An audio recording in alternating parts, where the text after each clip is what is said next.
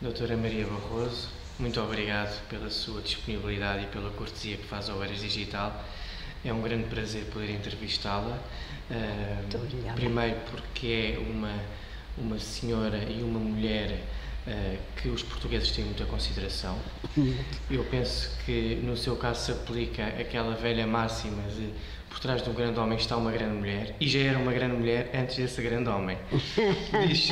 Já ouvi várias pessoas informalmente dizer na brincadeira, quando querem exemplificar esta máxima, falam da doutora Maria Barroso como exemplo, e por isso muito obrigado por esta entrevista. Eu, aliás, quando dizem isso, quando citam essa frase, eu costumo dizer: porque é que devemos estar sempre por trás, quando eles lutam, quando eles combatem, nós estamos ao lado. A máxima devia ser um bocadinho adaptada. Portanto, a mentora desta fundação, que tem uma vocação tão importante na sociedade, e antes de falarmos um bocadinho daquilo que era a vida antes do 25 de Abril e o que é que mudou, e também o seu contributo, gostava de ouvir um pouco sobre a vocação da sua fundação e sobre os resultados que tem tido em termos... A fundação nasceu depois de muitas reuniões que eu fiz com pessoas dos mais diversos quadrantes políticos. O que me interessava eram de facto os valores que elas defendiam e de que estavam recheadas, digamos assim, e que eu reunia para falarmos sobre o problema da violência nos meios de comunicação, porque é uma das coisas que mais me preocupa, é que haja uma grande violência nos meios de comunicação, uma insistência na violência, porque eu não quero censura de maneira nenhuma. Deus nos livre, sofremos censura durante 48 anos, mas quero que haja um certo equilíbrio naquilo que é positivo e naquilo que é negativo por causa dos jovens, porque os jovens não podem ficar permanentemente cheios e impressionados pelas coisas, pela violência que vai pelo mundo inteiro, porque temos que criar mentes dos jovens, mentes de cidadãos pacíficos, tolerantes, que sejam capazes de, quando forem chamados ao exercício da cidadania, de ser pessoas que defendam os grandes princípios e que contribuam para uma sociedade mais justa, mais tolerante, melhor. Considera que atualmente a comunicação social transmite muitas vezes uma mensagem negativa de violência, transmitindo premissas erradas da vida e da sociedade? É verdade. Transmite demasiadas mensagens negativas. Morte deste aqui, morte... É que se fosse um relatar as coisas, normalmente estava bem, porque, como lhe disse, não gosto de censura. Mas há que, como diziam os latinos, és de modos in rebus, há que dar a coisa nas proporções certas. Não é? Exatamente, é isso que eu penso. A ver o que é uma criança que está permanentemente a ouvir violências e que fica com a sua mente afetada e até pensa que a violência é perfeitamente natural. Nós temos recentemente aquela cobertura excessiva daquela manifestação da polícia, teve uma cobertura de horas, que até foi comentada, por exemplo, pelo Dr. Pacheco Pereira, que quase criaram uma telenovela como se fosse algo de positivo, claro. Estar-se a tentar entrar na casa da democracia. É um exemplo, claro, dessa desproporção. Exatamente. Há que dar a notícia do que se passa, com certeza, mas na devida proporção. Quer dizer, não exagerar, às vezes é isso e é o futebol. Não é que eu seja contra o futebol, mas é a mesma coisa. É que a gente passa de um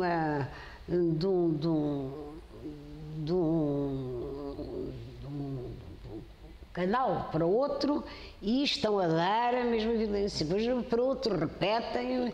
Não, é preciso pensar em quem é jovem e que está a ser formado ainda e, portanto, pensar na sociedade futura e no que é que nós estamos a proporcionar aos jovens.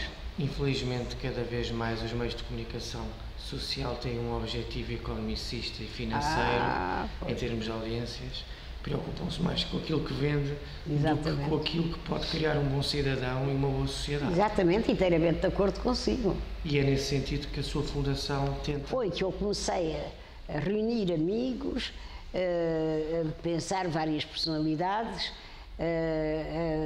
a refletir com elas sobre estes problemas, e eles têm-se mantido fidelíssimos, muitos deles, o Padre Vítor Melícias, o Dr. Adriano Moreira, muitíssimas pessoas que me honram imenso com a sua presença aqui, o professor Armando Leandro, uma série de pessoas que me honram com a sua presença e com o seu saber e que nos têm ajudado.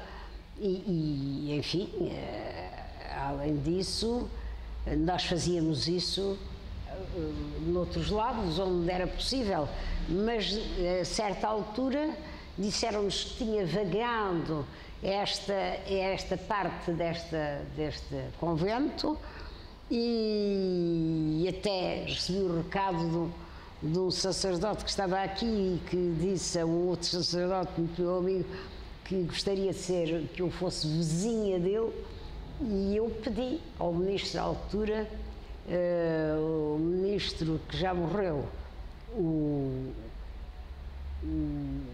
agora passou-me o nome, e pedi-lhe se era possível virmos para aqui. E ele possibilitou, legalizou tudo, de maneira a que pudéssemos ficar aqui. Portanto, houve também um contributo... O Sousa Franco. Sousa Franco.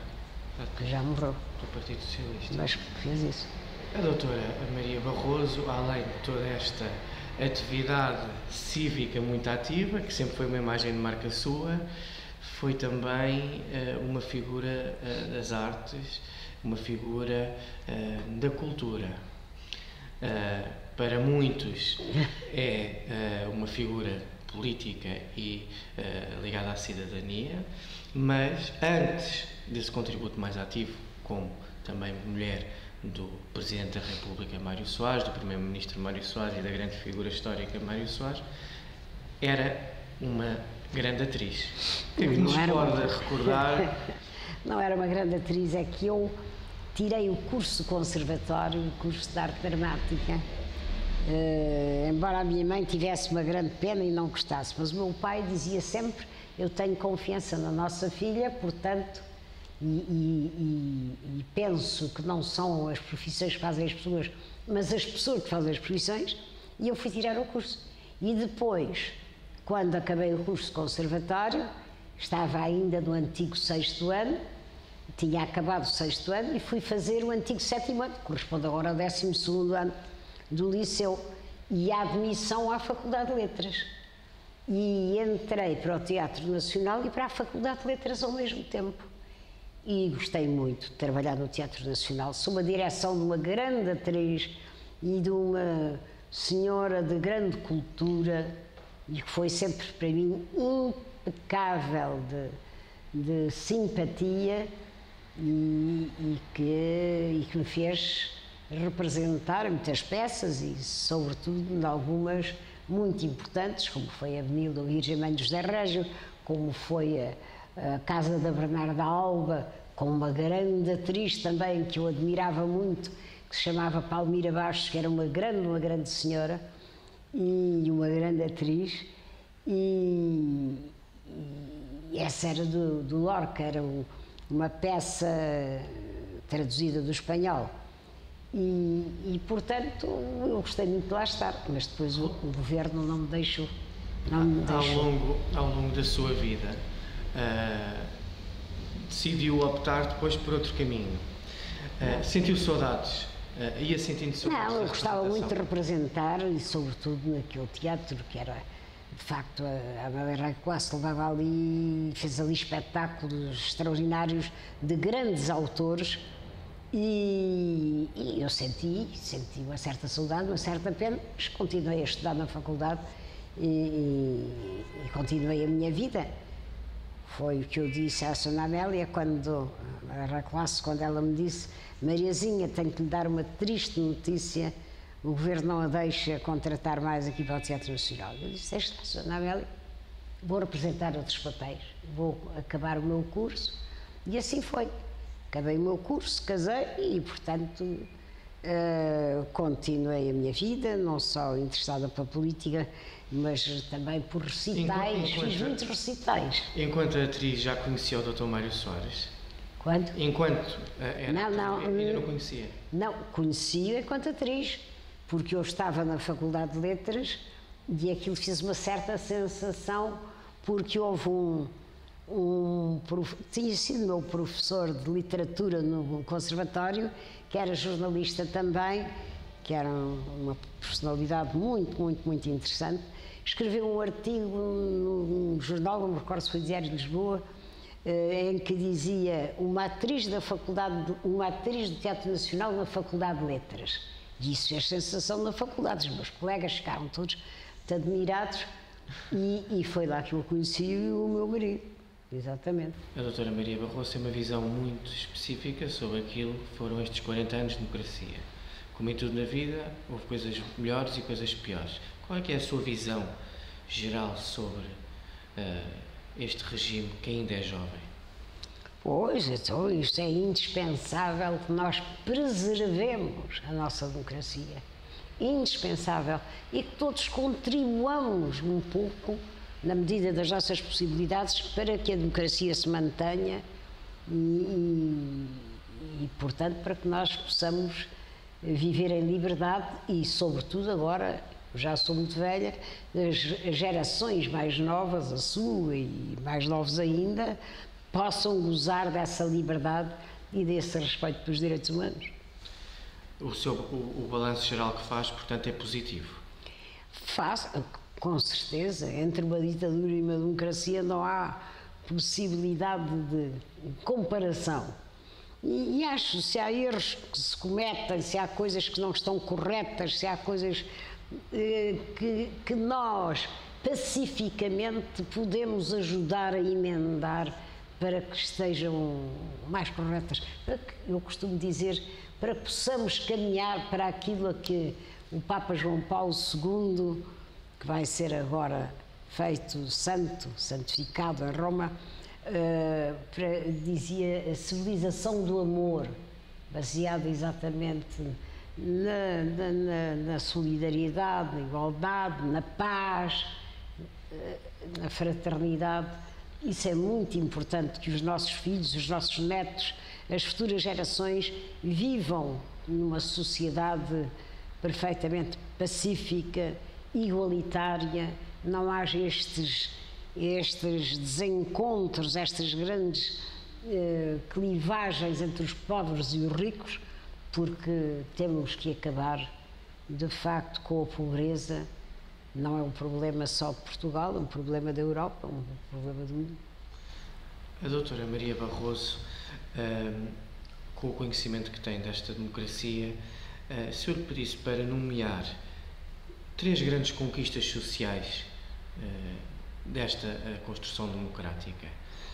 Não, a democracia fez-nos ter conquistas extraordinárias.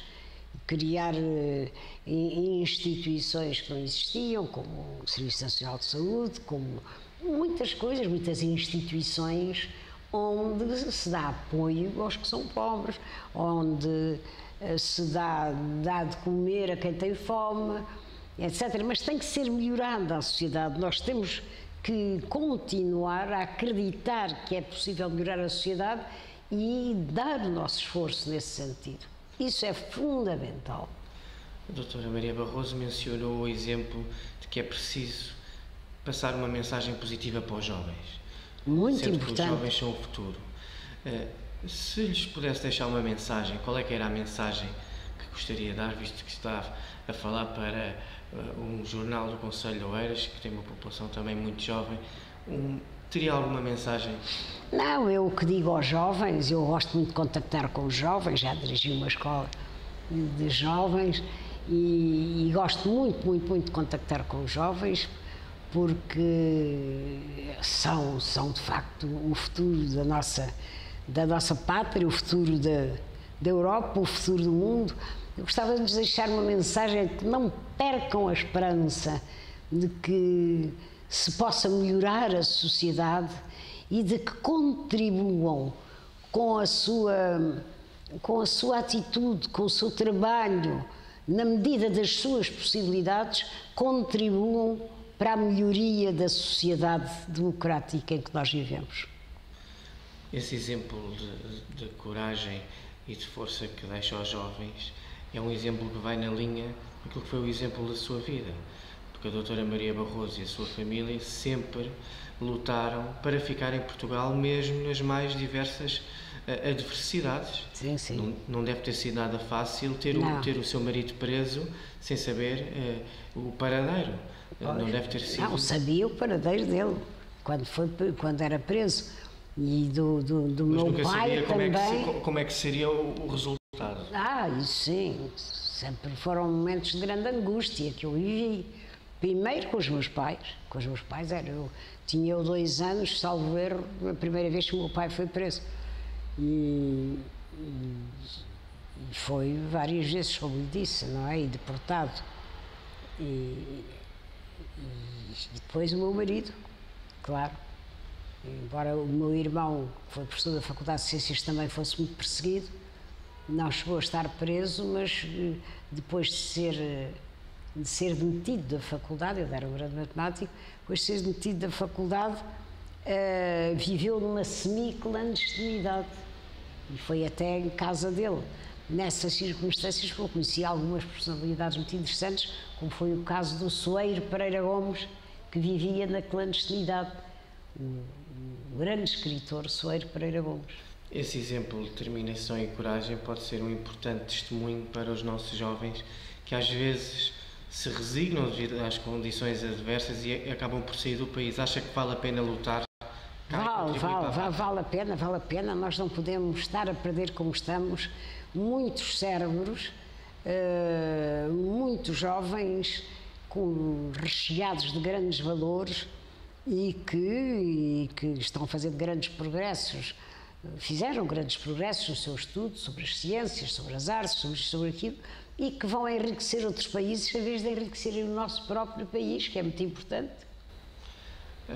Como é que olha para a situação atual do país, mais concretamente, para estes últimos anos de governação? Não, eu não gosto de estar a fazer comentários, mas nesse sentido, mas preocupa-me a situação em certos setores onde estão a verificar alguns ferimentos à democracia, e preocupa-me ver muita gente com fome, muita gente com necessidade a pedirem nas igrejas, nas instituições, Há cada vez mais pessoas a passar necessidades. Como? Há cada vez mais pessoas a passar necessidades. Há muita gente com grandes necessidades mas também há muitos grupos de jovens e de adultos que se juntam, que intervêm nesse sentido.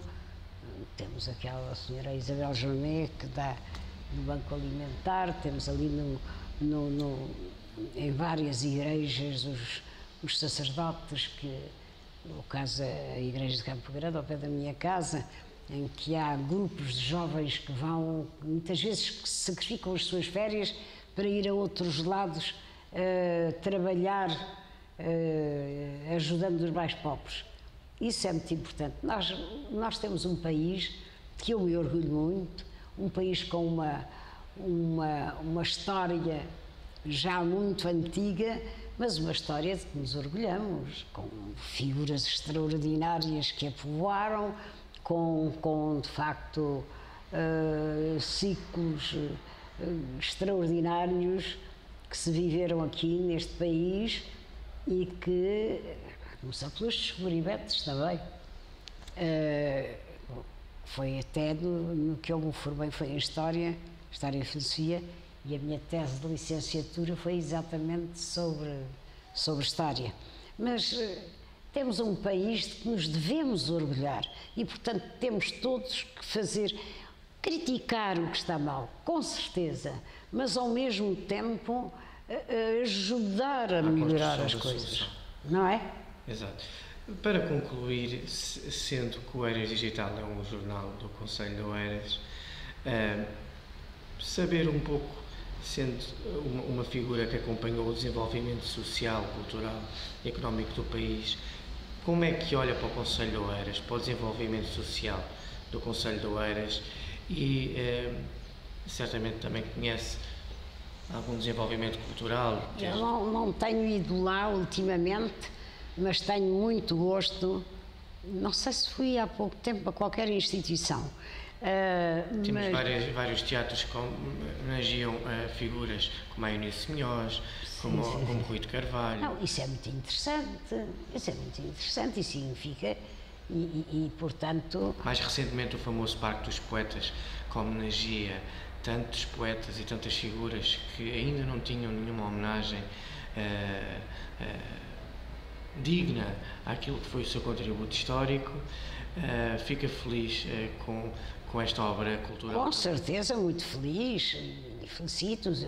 Eu tive uns colegas, uma colega que viveu em Oeiras, creio que era ali, chamavam-lhe o Palácio do Egito. Exato, o Palácio do Egito, que é mesmo no centro da vila.